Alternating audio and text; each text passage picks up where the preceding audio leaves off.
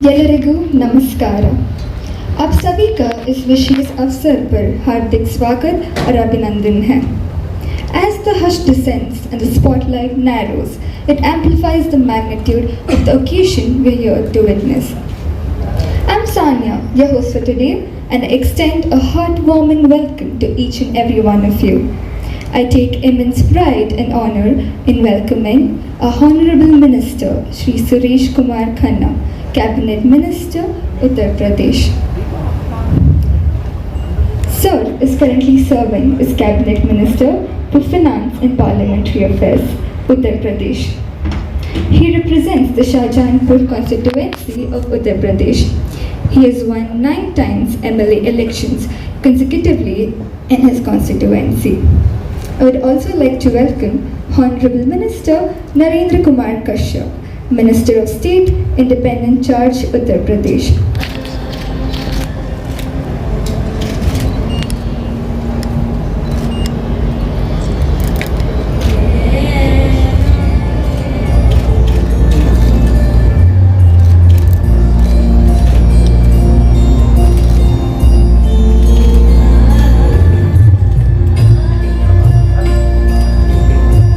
माननीय प्रधानमंत्री, माननीय मुख्यमंत्री जी, श्रद्धालुओं को किसी प्रकार की समस्या का सामना न करना पड़े।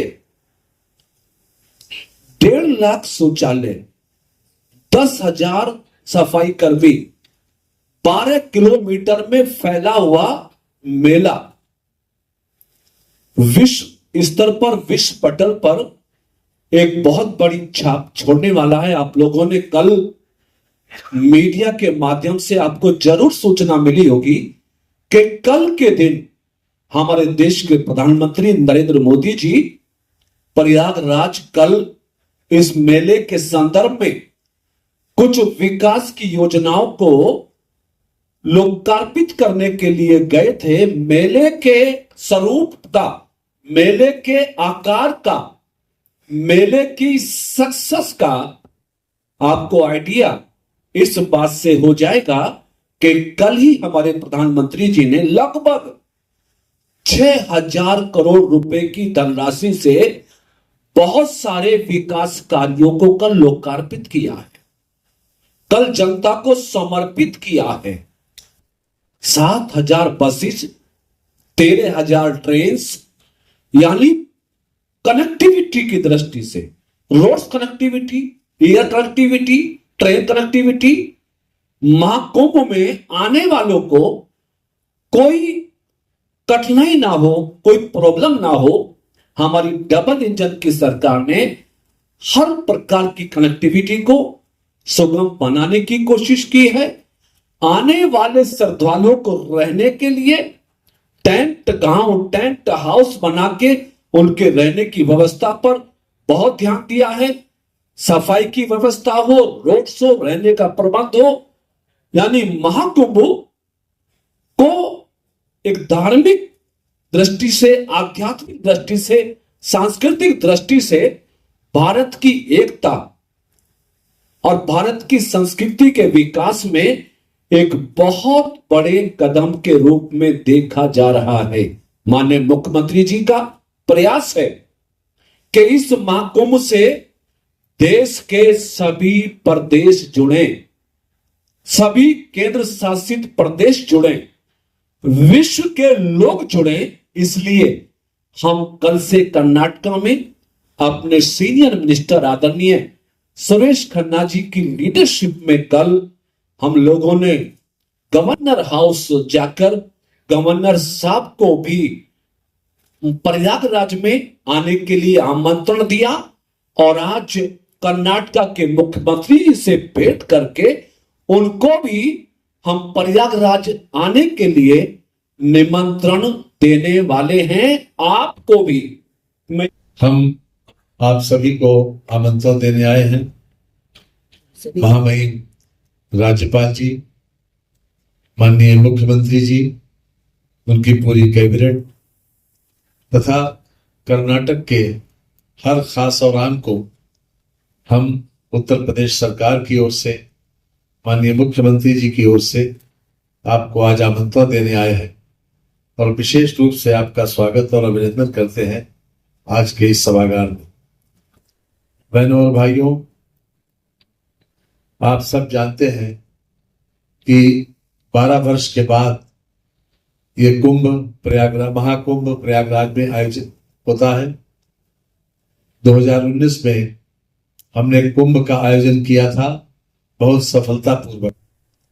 योगी सरकार में ही और मोदी जी के मार्गदर्शन में 2019 में इसका आयोजन हुआ था, जिसमें लगभग 22 से 24 करोड़ लोगों ने शिरकत की थी। हमने आतिथ्य स्वीकार करते हुए उन लोगों का आमंत्रण, उन लोगों को विशेष रूप से सुविधाएं देने का प्रयास किया। और आज मैं समझता हूं कि जैसा कि हमारे साथी मंत्री जी ने आप लोगों को बताया कि ये जो यूनेस्को ने इसको नवाजा है,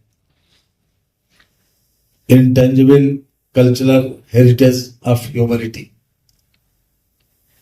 ये अपने आप में एक बहुत बड़ा हमारे लिए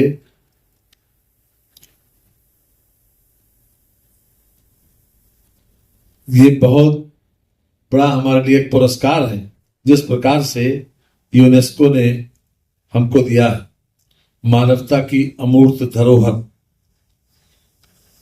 हम सब जानते हैं इसकी पृष्ठभूमि क्या है कि जब समुद्र मंथन हुआ था, उसमें कलश में से 4 स्थानों पर कुछ बूंदें गिरी थी, उज्जैन, नासिक, प्रयागराज और हरिद्वार, जिसमें कुंभ और महाकुंभ का आयोजन किया जाता रहा है। ये हमारे लिए बहुत सुखद अनुभूति है। इसमें 13 जनवरी से लेकर 26 फरवरी 2025 तक इसका आयोजन किया जाएगा, 45 दिन तक। इसमें 6 स्नान होंगे। ये विशेष रूप से पौष पूर्णिमा का 13/1/2025 को सोमवार को पहला स्नान, फिर शाही स्नान मकर संक्रांति के दिन 14/1/2025 मंगलवार को, तीसरा स्नान मौनी अमावस्या शाही स्नान 29/1/25 बुधवार को, चौथा स्नान बसंत पंचमी शाही स्नान 3 फरवरी 2025 सोमवार को, पांचवा स्नान माघी पूर्णिमा 12/2/25 बुधवार को तथा छठा स्नान महाशिवरात्रि 26/2/25।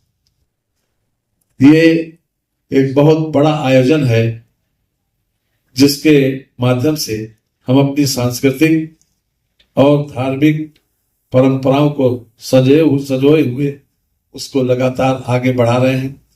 और ये पूरा स्नान नहीं, केवल डुबकी मात्र नहीं है, ये भारतवर्ष की अनेकता में एकता का शाश्वत समेकित जयघोष है। ये हमारे महाकुंभ के माध्यम से हम भारत की सांस्कृतिक आध्यात्मिक चेतना को हम संजोए हुए हैं और खास तौर से एक भारत श्रेष्ठ भारत समावेशी भारत की दिव्य और जीवंत झांकी भी इसमें आपको देखने को मिलेगी। हमारी ये कोशिश है कि हम सुरक्षा से लेकर और वहां की व्यवस्थाओं तक आप सभी लोगों को जो सहूलियतें हैं वो प्रदान करें।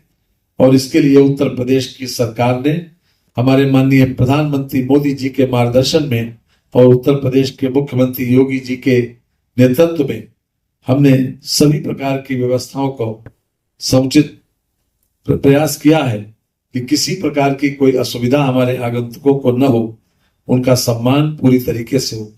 हम उम्मीद करते हैं कि इस वर्ष लगभग 40 करोड़ से अधिक लोग इसमें पार्टिसिपेट करेंगे और जहां तक तीर्थयात्रियों, साधु संतों, कल्पवासियों और पर्यटकों के आने की संभावना है, उनके लिए हमने समुचित व्यवस्था की है।